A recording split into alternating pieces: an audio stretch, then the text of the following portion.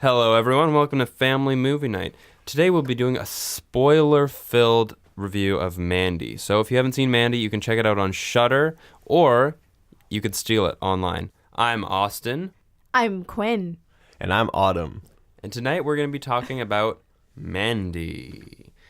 So Quinn's pick from last week was Mandy, the Panos Cosmatos film from this year. Quinn, why did you choose this film? I chose this film because I was really curious about it. I feel like it kind of... That's how I feel too. Yeah, I'm like, speechless, really. No, I chose it because it was on some people's number one lists. You watched it, and I just knew it was fucking crazy. So I was like, let's do it. Let's watch it. I'm intrigued. Yeah, I feel you. I also was really excited off of it just based on the hype of the people around me telling me to watch it. A lot of my friends went and saw it in theaters when it was playing here briefly. What was it playing here for? Maybe VIF? I think it was at either VIF or at the Rio. Anyway, and they told me that it was one of the most insanely trippy experiences they'd had in a theater. So I was just excited on that alone based on word of mouth that it was unparalleled in a lot of ways, just on the visual style and the storytelling aspects were unlike anything I would see, or you know what I'm trying to say. Yeah. So yeah, I was definitely excited just based on that alone. Yeah, awesome. So this is a crazy movie. It came out this year. It was directed by Panos Cosmatos? I think Cosmatos. Cosmatos. He's Italian, so however you Italians would say it. He moved to Victoria, BC in the 80s. And his dad was a director as well, George P. Cosmatos, and this is his second film after Beyond the Black Rainbow. So Mandy is it's a psychedelic modern epic about love, revenge, ego, and violence. It's filled with trippy imagery and mind-bending effects, homage to horror and sci-fi and old 80s B movies.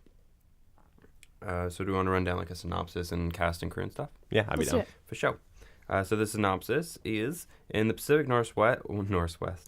It kind of Northwest. Yeah, It's a little Norse in mythology. In 1983, outsiders Red Miller and Mandy Bloom lead a loving and peaceful existence when their pine-scented haven is savagely destroyed by a cult led by the sadistic Jeremiah Sand. Red is catapulted into a phantasmagorical journey filled with bloody vengeance and laced with deadly fire. So some notable cast and crew. It was... one of the main producers was Elisha Wood, which is cool. He's really on the forefront of really interesting cinema and producing some really cool projects right now. The cast, so it was written by Panos and Aaron Stewart on, story by Panos. Sorry, Thanos? Thanos wrote and directed this Thanos film after he killed half the world. This is this is the basically a Infinity War 1.5. Exactly. It's a shared universe. Yeah. Exactly. This is the new origin. He's going to join the Avengers. Oh, sweet. Yeah, Red's going to be in the Nicolas Cage? Avengers. Oh, Red. Okay, yeah. That's a little that's OP. where he's on his way in the end. Okay. Yeah. So the music was by Johan Johansson, who's done a few Denis Villeneuve movies like Rest in Prisoners, peace. Sicario. Yeah, he passed away this year, unfortunately. And he was one of the really interesting, I think, coming up composers, and I was really upset when he died. Cinematography was done by Benjamin Loeb, who did Hello Destroyer, which is a movie that I believe it's Canadian. It's a Canadian film. I couldn't find out whether he was Canadian or not, but a lot of the crew, or at least Panos himself, is a Canadian. He's from Victoria, BC. He moved there in the 80s, and I think you can tell the influence of the film by just the setting, even though I think it's shot in Belgium. Yeah, it is. But you can tell it looks very much like BC. Vancouver. Yeah. Like BC. And I think it's very intentional. So the budget for the film was $6 million. It premiered at Sundance in 2018 in January and was released September 13th in 250 theaters, and it was also released on Shudder on September 14th, where it resides to this day. It's a Shudder exclusive. Some say it's there to this day. Yeah. Legend if you're has quiet, it. you can see the behind-the-scenes footage. Ooh. Oh. So, with all that out of the way... Oh, and cast, of course. Yeah. Nicolas Cage is Red Miller, Andrea Riseborough as Mandy Bloom, and Linus Roach as Jeremiah Sand. Those are the three leads of the film. And then it's just filled with fascinating characters and character actors that are some of Every the single strangest yeah. characters I've seen Yeah. this year. Every Big single time. person is such a character in this film. Yeah. There is nobody basic Yeah. whatsoever.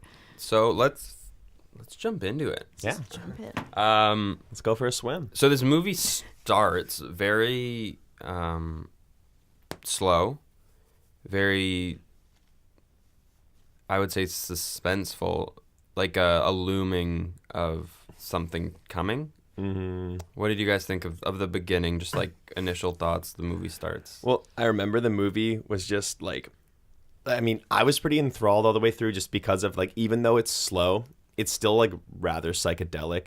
There's a lot of like the score is a lot of like really swelling long guitar notes that are like heavily distorted. So even though there's not a lot going on, it's still very like visceral. You're sitting there like waiting and you know something's going to happen.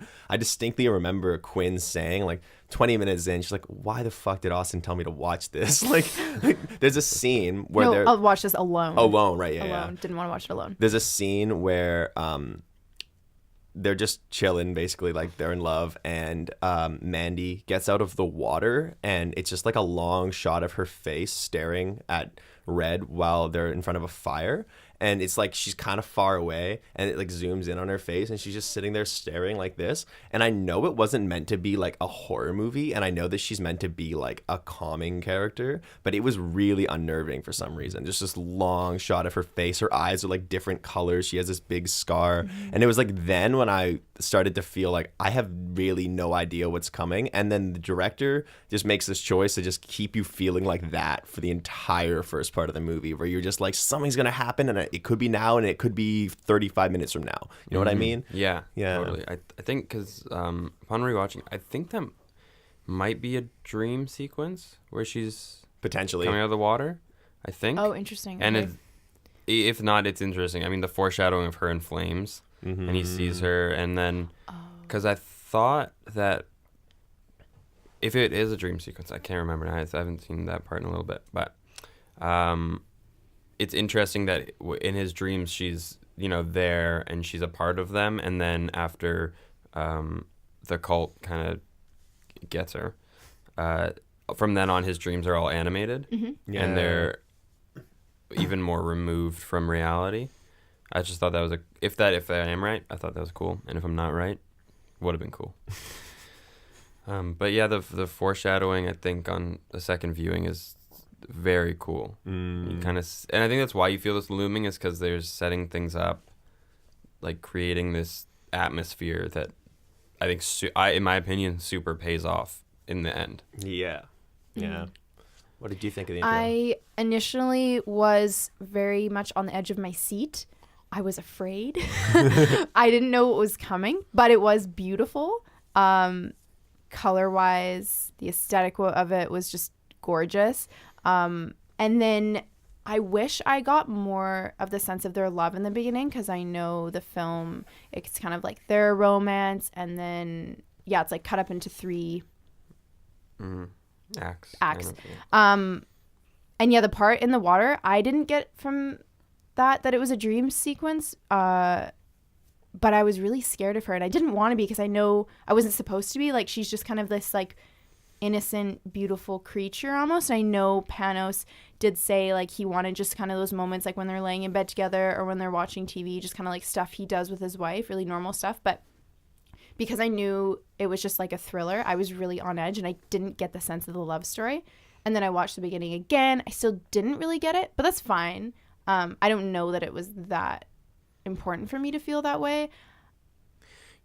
Yeah, I think like you're not wrong in that they do very little to set up their relationship. It's very short. It's like it's like an hour, but it's maybe only a few scenes. I think we only see like them together like 3 times, maybe 3 or 4 times. And excuse me, one of them, the one that like stuck with me, and like it was like a kind of a pretty picture of their life, was just them sitting eating dinner, and I was like, oh, okay, like they're just like in love, and like it wasn't like film love. It was just like, oh, these people really get each other. Something about like they're just comfortable, and I think that got me and that kind of hooked me. But I can understand if you didn't maybe have a moment of like, oh wow, like okay, then it maybe seemed a little. Yeah, jarring. I think I was just like, I was kind of almost expecting like what ends up happening to her. I didn't know that was going to happen, but I felt like I couldn't like relax my body to be like, okay, like they're in love now. Because I was like, oh my God, what's going to happen? They're like setting it up for something to like, something's going to go wrong. And I feel like this is one of those movies, like most movies, that would probably benefit from knowing nothing about it going in. But it's also a hard movie to sell to somebody to watch without them knowing what's going to happen going in. Yeah. So it's one of those ones where it's like, if you were like, hey, just come watch this fun movie with me, and then you put on Mandy, someone would probably get mad at you. But at the same time, like if you have no idea she's going to die, it's way more impactful. Also, interesting thing. I heard through like just a little research that I was doing that it's sort of insinuated that Red is a recovering alcoholic and that Mandy went through like a lot of abuse as a child at the hands of her father, and that's why she's got this scar. And it's like really subtly insinuated, but that's part of what draws them together is they're both people who are like running away from their issues, and that's why they're alone in this cabin. And that's why it's like a big deal when he breaks into that room and drinks all of that alcohol, because that's the first time he's had a drink since he got sober. Yeah, that makes a lot of sense. Yeah, I like kind of. Really they do come off as really broke acting wise. They do both come off very broken and really, really sad. And I guess I didn't understand why. So that makes a lot of sense. I like that. That and sits with me. I think knowing that helps you understand the relationship more, but it's not ever stated. And so it's one of those things that I think Panos was assuming or hoping that you would sort of get that subconsciously, and then kind of like it would help you understand their relationship more before everything happens. I think, yeah, I mean, even when you said it, I was like, oh, of course. Like, it seems like it's steeped in it, whether it is just like Riseborough and Cage's performances seem informed by it, and the film, their relationship seems like they found each other and they kind of pulled each other out of this place, and now they're like living in like heaven. Basically, they're like living in their own little heaven, and then it gets invaded by demons. Yeah. You know? Yeah, that makes it more horrific, actually. Now that you say that, the beginning like would hit me harder now, probably. I just didn't get that upon first watch. Yeah, me neither. I just, because like it even makes that whole scene where he like breaks into the, like I said, he breaks into the room and he starts like drinking heavily. Like when I first watched it, I was like, that's a pretty crazy reaction in this situation. You're just gonna get really fucked up. But now that I know it's because he's an alcoholic, I'm like, that makes me sad that he did that, and that's obviously the purpose. Can we talk about that scene? That's the scene in the bathroom, right? Yeah. That scene, that's some of the most like raw acting I've ever seen. It's almost like it's just full Cage. Just like full. I just loved it though. I haven't seen a lot of him, but honestly, like that's the kind of acting that I really like, because it's just so visceral and real and like crazy. It's like, this is what would be happening right now. Honestly, like this is crazy what he does. And also the bathroom just looked beautiful, and it's a one shot scene of him just freaking out after the death of his wife burning in front of him, and he pulls it off. Yeah, it's true. I thought it was interesting how long and drawn out her dying, and then him like crawling over to her body, and it's all super silent, and it's like he like picks up her skull and it like crumbles, and then he walks into the room, and then there's the cheddar goblin thing. It's like that whole section. Have you seen Too Many Cooks? I have. It's done by the guy who did Too Many Cooks. I literally just read that when I picked up my phone earlier in the podcast to look at the trivia. It's crazy, but like there's all this shit that happens between him like seeing her die to him like fully reacting in the bathroom. And so when that actually happens, as far as I remember, I think the music cuts out and it's just him screaming. And that's such a shift, because for like up until that point, he's in shock first. Exactly. And then he freaks out, and that's when I knew that like shit was gonna hit the fan. You know, I think that scene is super important because it acts as the bridge between the latter half of the movie. Like, because I think any other act, or not, I think it works very well that it's like Nicolas Cage caging out, because he is so big and so extreme that when he does cage out, it's like, oh yeah, I believe it upped my belief of like, this guy's gonna do some damage. And then when he does, it just sells it for me. Whereas like I feel like maybe another actor, he just like in that scene you see him from shock to mourning to like the switch going off to him being like, he knows what he has to do, to like determination, and it's all in like one shot. It's all on his face with no dialogue, and it just, I think the movie, like almost it's like the keystone or whatever. Like the movie almost for me maybe wouldn't work without that moment. Because I was like, I 100% in that moment understood his character, where he was, where he is, and where he's going. And I'm in. Yeah. Can we also talk about basically when the demon guys that are just on like a bunch of drugs, but they're also like they're almost like monsters, but not, break in, and that's just horrifying when they break into the bedroom. But then when the character of Jeremiah is there, and then they inject her with that drug, and she's on drugs, and it's like a really trippy sequence. Everything's red. You feel like you're on drugs as a viewer. Like it's very slow, and just everything about it was really just scary. The tracer effect. Yeah. And it really reminded me of the Manson family.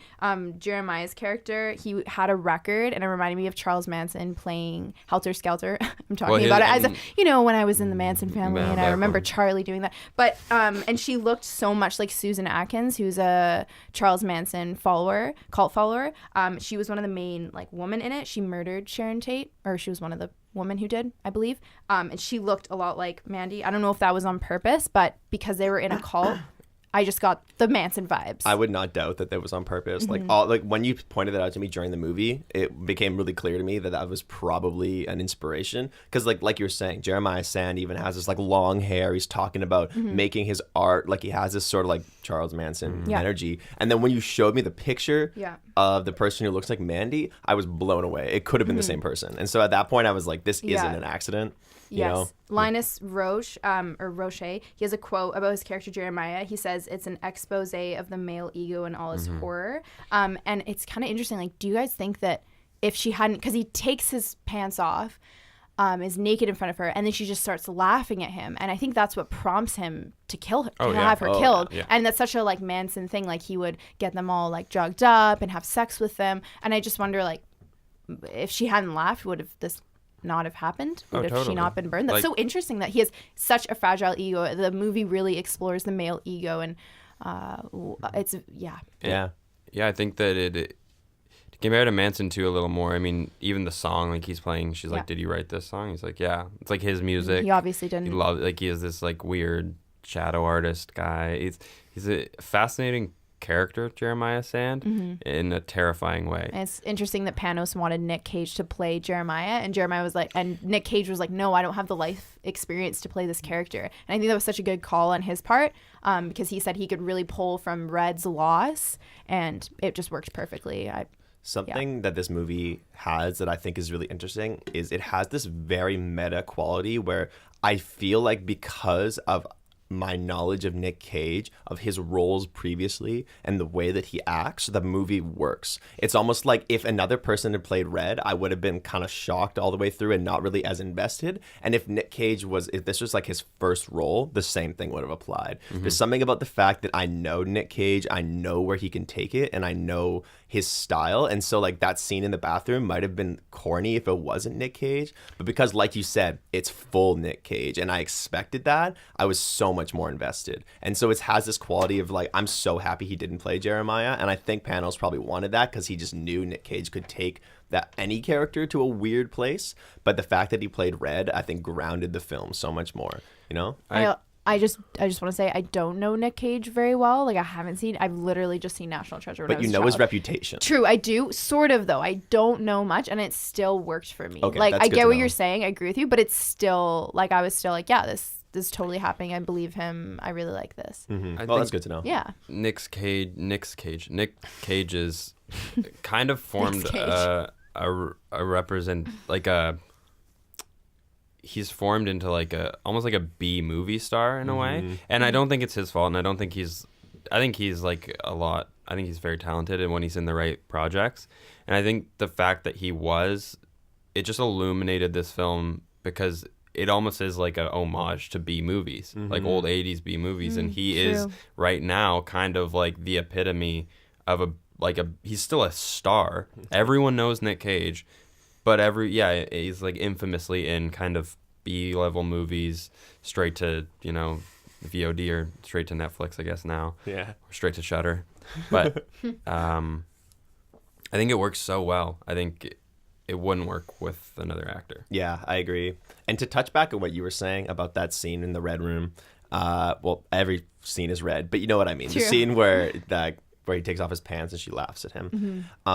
I just really want to touch on the visual effect of the face switching. I think it's one of the coolest things I've seen in a movie. I forgot about that. Because the fact that it was like so subtle, it wasn't like there was a flash and then his face turned into Mandy's face. It was like the only reason I noticed is because his mouth stopped moving, but the lines kept going. And that's when I was like, wait, what is happening? Because their faces are almost a little similar as well. And so it was a super subtle thing, but it was the most unnerving thing. Because that shot on his, like this, like a single shot on his face, like 5 minutes of dialogue. And it might have been boring if it was just a shot on his face, but the fact that it kept switching consistently made me uncomfortable, and I was like, what is happening to his face?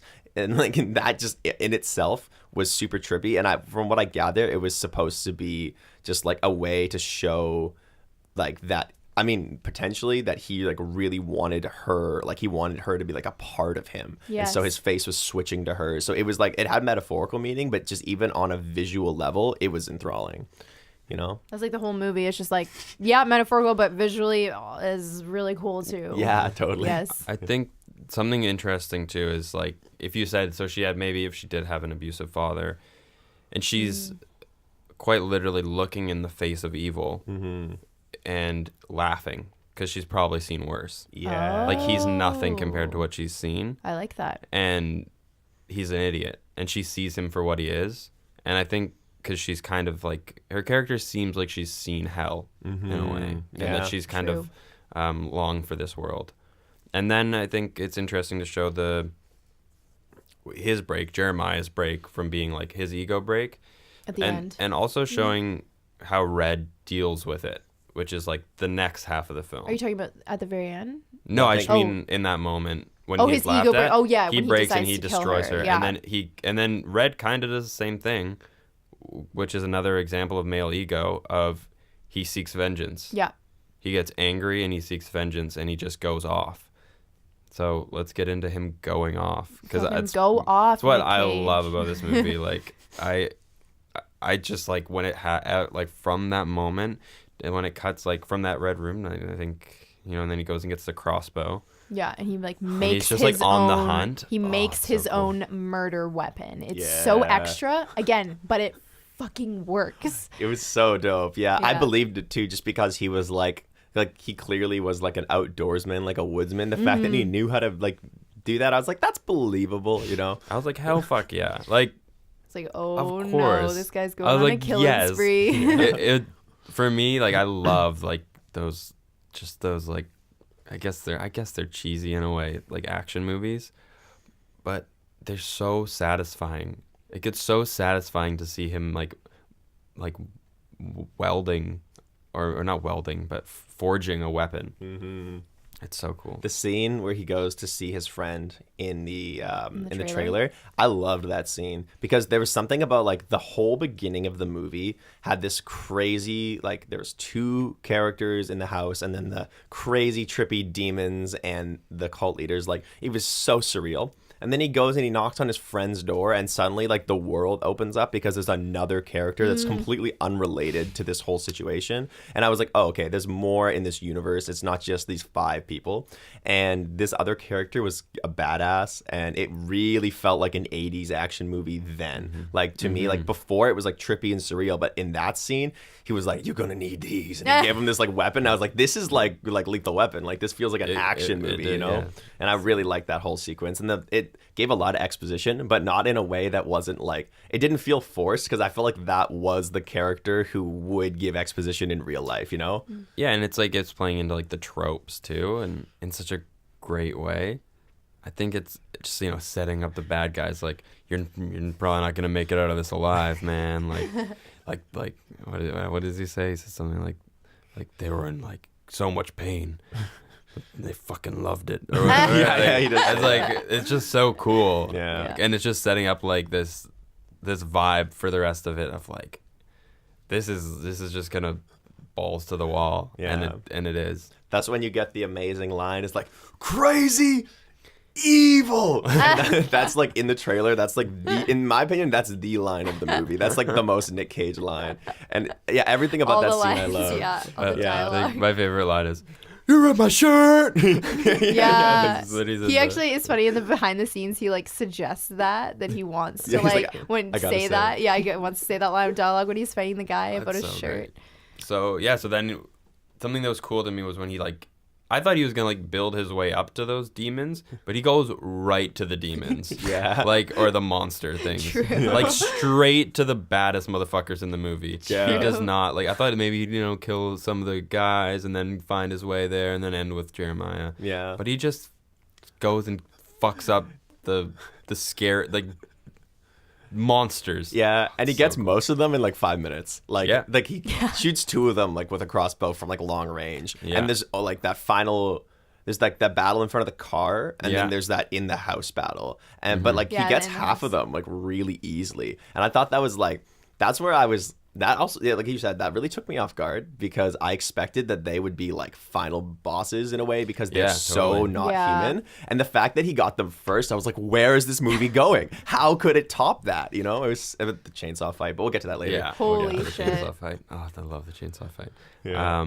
The practical effects with all the violence is dope. It's amazing. So cool that The- they used all practical effects. and just like Oh. creatively like murdering people is so fun. Yeah, Yeah. very cool. And it's what I loved about this movie is the design even of the monsters. It's like it didn't shy away and try and make it like super like practical or plausible. It was just like, yeah, this guy walks around with spike armor. It's like, because it looks like a drawing of something that would never actually happen in a movie. Yeah. And the fact that it is, just put into this, I just love it. I love it so much. Yeah, a lot of the visuals and the design of the monsters in particular was so inspired by like metal lore and like metal visuals. Like a lot of the things you'd see on like an intense death metal album cover. Even the writing of the word Mandy when it comes on the screen and the score being Yeah. these Even the poem at the long- very beginning, like when I die, I can't quote yeah it. no I know what you're Wrap saying my though. headphones around my neck. Yeah. Yeah, like it's cool. it's very clear that that Panos listens to a lot of metal and like Yes. not like whiny like post-hardcore metal, which has its place, but like metal, like deep, dark, like grungy music. It was really interesting how that played a role in the movie without the movie being like, without the movie, you know what I mean? Yeah, it wasn't in totally your know. face about it. Yeah, exactly. It was metal. Yeah, But- yeah, Yeah, the it movie was, was just it's metal. really metal. Yeah. I want to say actually going off what you said, revenge porn, like it doesn't do a lot for me. But yeah, when you say that the movie was extra, but again, it just wasn't too much for me. Like it was still, because of all the beauty within it too. It just like Yeah. didn't bother me, and I don't listen to metal music, but it was just like it was just so metal. It Yeah. was so Well, I guess that's what I was trying to say. Like, thank you for wording it better to me because I lost my words there. But like, it was super metal, but really accessible to people who don't listen to metal. I guess because Yeah. what I find is a lot of people like metal is like it's its own subculture, and a lot of people who listen to metal like play certain video games and like watch certain movies. Oh, I didn't know that. Yeah, there's like a lot of like it's kind of its own thing that branches out of the music. It's like a whole culture, right? But with this movie, a lot of people who aren't metalheads really enjoyed the movie, which Totally. I found super interesting because it found a way to be super metal without being exclusive. Yeah, I think to me what it felt like a big, huge like metal song. Like when I can't understand what they're saying because I don't really listen to metal, and I'm like I feel like they're telling this really interesting story, and it was this like really simple story, and just like metalized, like in if that's a word. Yeah, it is now. It was Mandy is Metallicized, metalized. Yeah. So Also, what was your guys' favorite death in that sequence of the demon monster people things? Oh man. I don't know. In terms of like favorite, are you talking about just the demons? Yeah. I don't know if it's my favorite, but the one that's sticking with me the most was the in the house battle. I felt the most afraid for his life. Like the throat slit one? Well, I think so, but what I remember is he's battling that like really gluttonous, disgusting one that's watching TV. With the he's seven- watching porn, right? Yeah, he's watching yeah. porn, and that's when he says like, "You ripped my shirt," and then No, that's later. Oh, that's later. Yeah. Okay, never Oh. mind. But what stood out to me a lot about that fight was not only the fact that the monster I found particularly disgusting, and the whole scene was super confusing. The monster had like a dagger Blade dick? dick. Yeah. From Seven. Oh, yeah, like from Seven, which is Yeah. super disturbing in its own right. But also afterwards, that's the scene where he kills it. He kills two of them in that scene, I believe. There's two in the house. And then he immediately does like so much cocaine, which was super caught me off guard. He just picks up this thing and just takes so much cocaine. And then right after takes that crazy hallucinogen. Yeah. And then you see his eyes change and you're like, there's no going back. It's so many Do you think he would moments. ever be the same? No, I don't think so. He's Well, like- that's he's crazy. like The them. character's changed forever. He's It's pretty gone. fucking Yeah. great. Especially the shot at the end is horrifying. The Yeah. meme you sent to us, or the GIF, The him in the car, smile. covered in blood, I love it. looking out the window, and just his fucking eyes He's are smiling at Mandy. I know, but it's so scary. loves Like he's her. gone. No, he's not. face of true I don't think love. he is. He's gone. He's gone full away. animal. It's so scary. Yeah, that's brutal. It's that look, like I'll never forget. Yeah, me that. too. It keeps And- flashing in my head all Right? the It's time. It's really iconic. scary. Yeah. Something that I heard in a breakdown of this movie that was interesting was somebody was saying that you can tell the progression of his character by the drugs he does, because at first he drinks all that alcohol True. and then he does that cocaine and then he takes that psychedelic and then there's no going back, and the movie gets crazier after that. Like I think it's like pretty soon after he takes that psychedelic that he goes to that place with the tiger. Yeah. That it scene right is after. insane. Like Yeah, that's a weird scene. That's a really weird scene. Do you have a favorite murder of monsters? Is this the monster when he throws his murder? Oh. No. Who is that? The monsters he kills, he shoots one with a crossbow. Who, then who is that? Who when that's he just kills? one of the cult cults? guys. Oh. Yeah. But he slits the throat Well, with why the does it have box to be a cutter. monster? No, that's my favorite death when he That one? throws. Yeah, Okay, we'll get to That's- those deaths. I just mean in well, that sequence.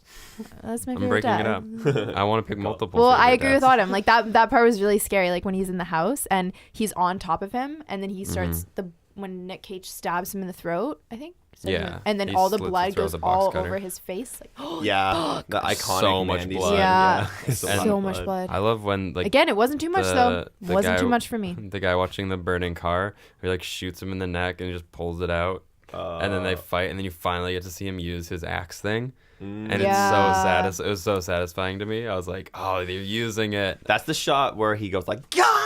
He like, cuts off his head. That was pretty crazy yeah, too. Yeah, he like, and then he lights a cigarette off his burning head. Yeah. Oh, True. I think that's probably the most badass kill. Yeah, they filmed that in a day too. Ooh.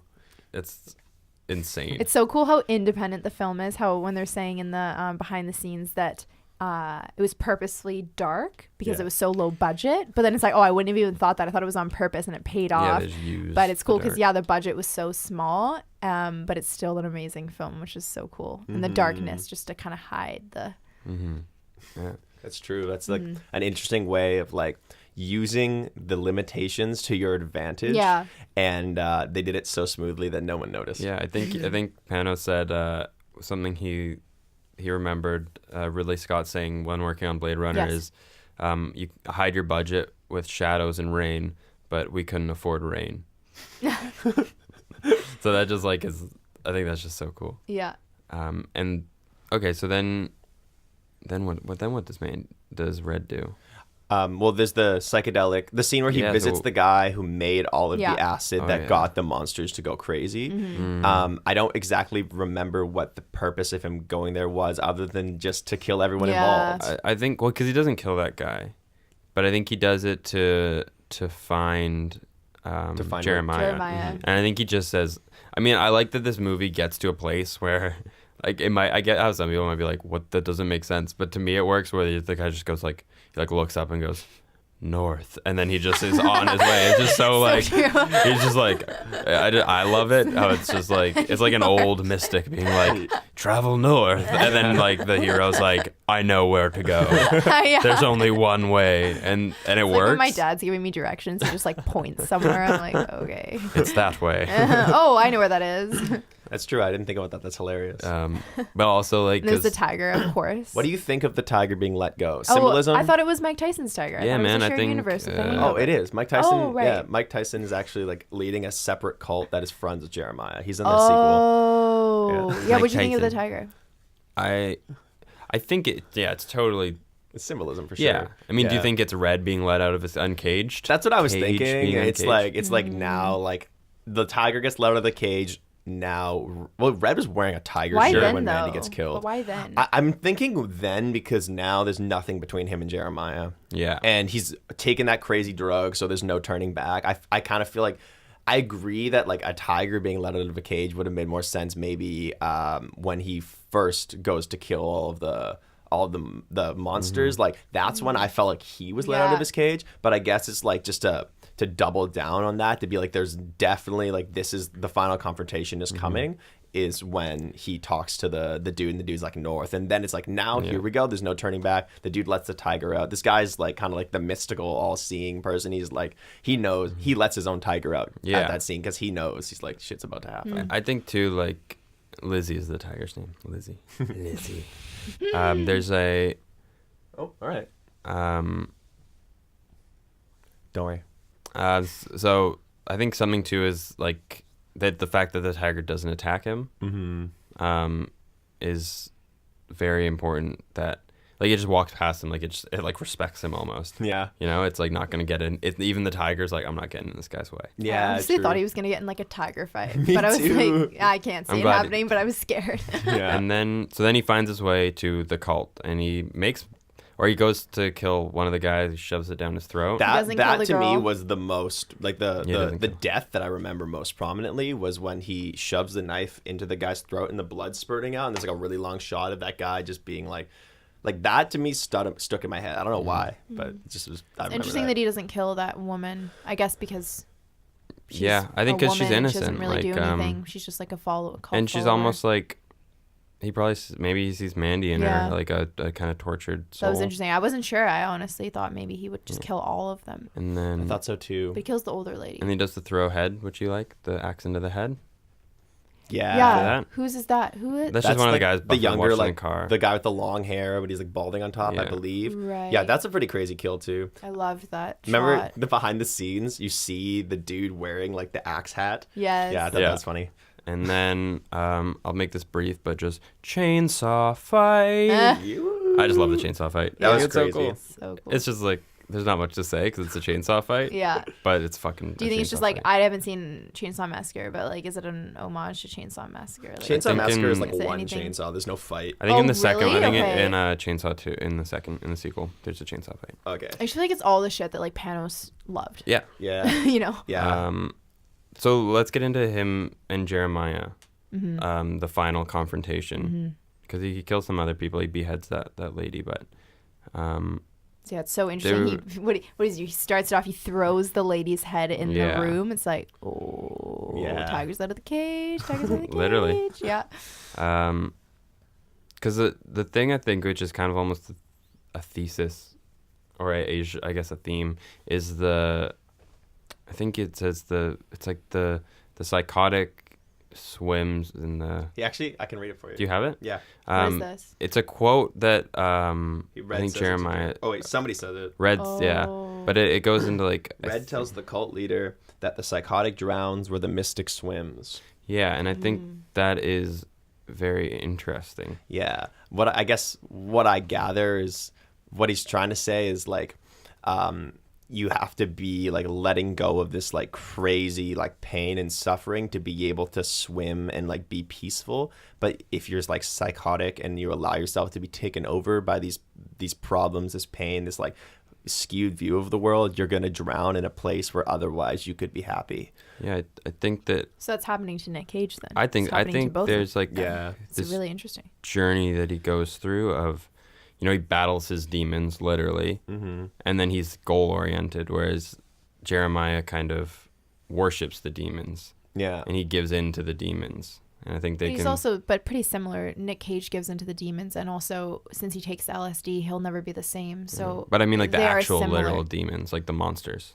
Like No, he but- kills them, Yeah. As a whereas symbol. Jeremiah like worships them. Yeah, it's interesting. I kind of feel like the movie allows Red to like go to some really dark places to achieve a positive end, but it's not really a positive end because like you were saying, on a literal sense, he'll never be the same. Like what's he going to do after this? He's not going to go home. He's not going to go back to his job. He's probably just going to either kill himself or die somehow from not eating because he's so high. I guess we don't even know if it's our universe because in the end you see the two planets in the sky. Yeah, true. So it's cool. it's like it's kind of ambiguous. Like there's obviously things aren't going to be the same past that point. I kind of saw it as a bit of a tragedy. Even though he achieves his goal, there's no real retribution. Like he's crazy enough now that he's able to like see Mandy's ghost, and so that's kind of like his personal kind of like end of arc. But past that point, like there isn't a happy ending. So I kind of feel like part of what this movie is just like almost in the same way that like at the end of like your classic Shakespearean tragedy, like everyone kind of loses. It's sort of like that because he's giving in to the same kind of stuff that the cult is. Like he is the psychotic drowning. He's not swimming peacefully, right? So he kind of, once Mandy dies, he gives in. He's like, all right, well then there's nothing left for me to live for. I'm just gonna do what I can to rectify the situation, then die myself. It's sort of how I felt. Yeah. So, final thoughts? I think just final thoughts. This scene at the end between him and Jeremiah is so interesting that Jeremiah starts trying every tactic he can. He's literally like, I'll suck your dick. And then he's like begging him. And then it's so interesting. It's like, oh my God, like this is like, he's such a little baby underneath, underneath this huge male ego, like. Yeah, I think. Yeah, I actually appreciated what you said earlier when you're touching on like how Jeremiah represents like the fragile male ego, and that scene really drives it home. Where he is like flexing so hard the whole movie. He's like, I am a god. Then the second where it comes down to the fact that he's not, he's just a human. He's fucked up and he's done horrible things. He's like begging and crying, and then he gets his comeuppance. Great word. I love that word. And then that like. That's really satisfying to watch in a way. Like you see this horrible person who's done horrible things get put in the position that he's put others in, and he crumbles, and you're like, yeah, even this monster is human, and he like it's really satisfying to see like all of the pain and suffering turn back into him. He dies, and then pretty much the movie wraps up past that point. Yeah. And I'm really excited to see what Panos has planned for the future. I am as well. I'm really excited to see what he'll make. I think he is on his way to be a very, very fascinating filmmaker. Very true. But if he keeps up his pace, it won't be for another 8 years. So. he had a joke about that. Cool. Yeah. So that's Mandy. That's Mandy. Yeah. That's Mandy. So thank you so much for listening. We got to figure out what we're doing next time. Yeah. Does anyone have a coin? I don't, but it'll be between us because she picked last time. So you just want to rock, paper, scissors? Yeah. Okay, we promise. Paper, scissors. Rock, paper, scissors. Okay. So it's me. So I struggle here because the movie that initially is my reaction is a horror movie, but I don't want this to just become a horror podcast. So we should do something else. You know what? I'd love to do Inside Out.